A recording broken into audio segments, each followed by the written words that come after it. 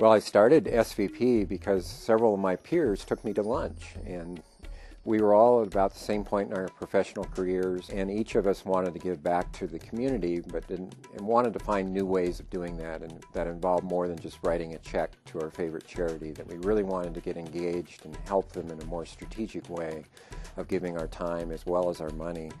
And there really wasn't an organization in Seattle, at least, that allowed us to do that. My family upbringing really convinced me of the values around giving to one's community. I grew up in a small town in southern Oregon, Medford, and at one point I can remember 15-20% of the population was unemployed when the sawmills all closed down during a recession back in the 1950s or so, or 60s. And I saw firsthand through my family business the impact that that had on people's lives. And I'm sure that some of that influenced my interest in giving. Of course, as I got older, I had more specific interests, specifically around the environment and education. And as I developed those interests, then I started talking to people that were working in those issue areas and learning more and becoming even more passionate. A heartfelt connection to wanting to do more and give back to the community. The Seattle community was very supportive of finding a way to engage new, young donors to give back to their community. I had nothing but support from the established philanthropic community here to try something new. There wasn't a single word or concerned voice by anybody in this community other than encouragement to go out and try this crazy idea that we had of social venture partners.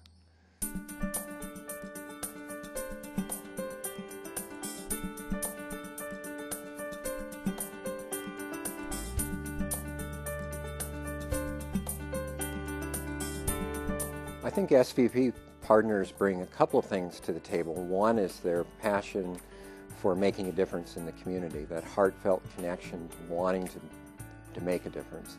And secondly, they bring their skills as an individual from their business careers, their business skills, be they in marketing or technology, database, whatever it is that they bring, of knowing how to apply that in the for-profit business and wanting now to bring it to the nonprofit world. 10 years ago now, I really didn't know whether this concept would fly or not, but the energy that was there, the people that were there, it convinced me that we could make a go of this, and we'd try different things, and we might fail at a few, but we would make this work one way or the other.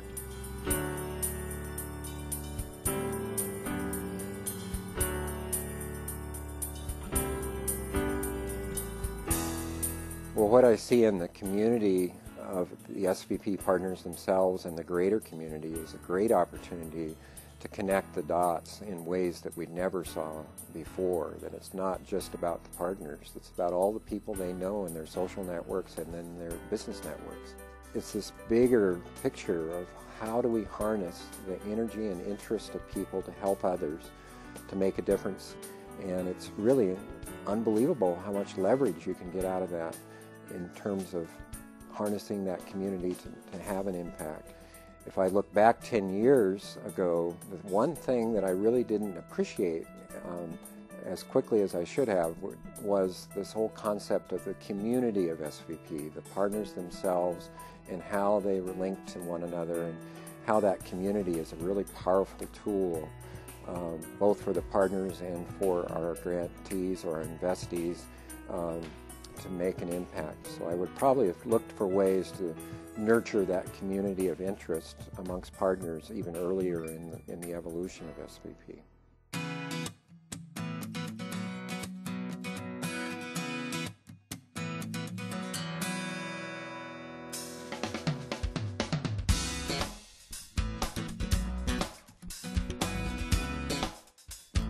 One of the key things as a founder, I think, is learning how to let go of control and responsibility for an organization, that you cannot be responsible for the growth of an organization that's been as successful as SVP.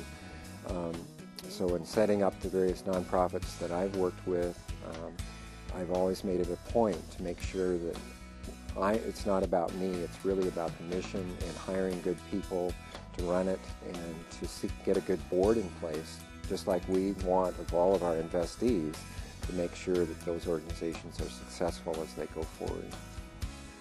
I do not have a crystal ball to predict the future, and I think what's important is maintaining one's sense of values and purpose and continuing to evaluate how you're executing on those values.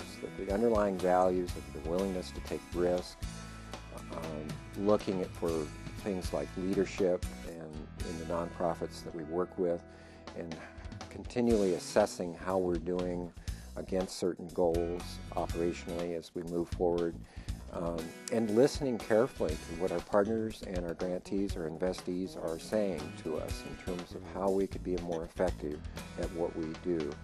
So continuing those values, moving them forward, continually updating them, I think is really the future of SVP.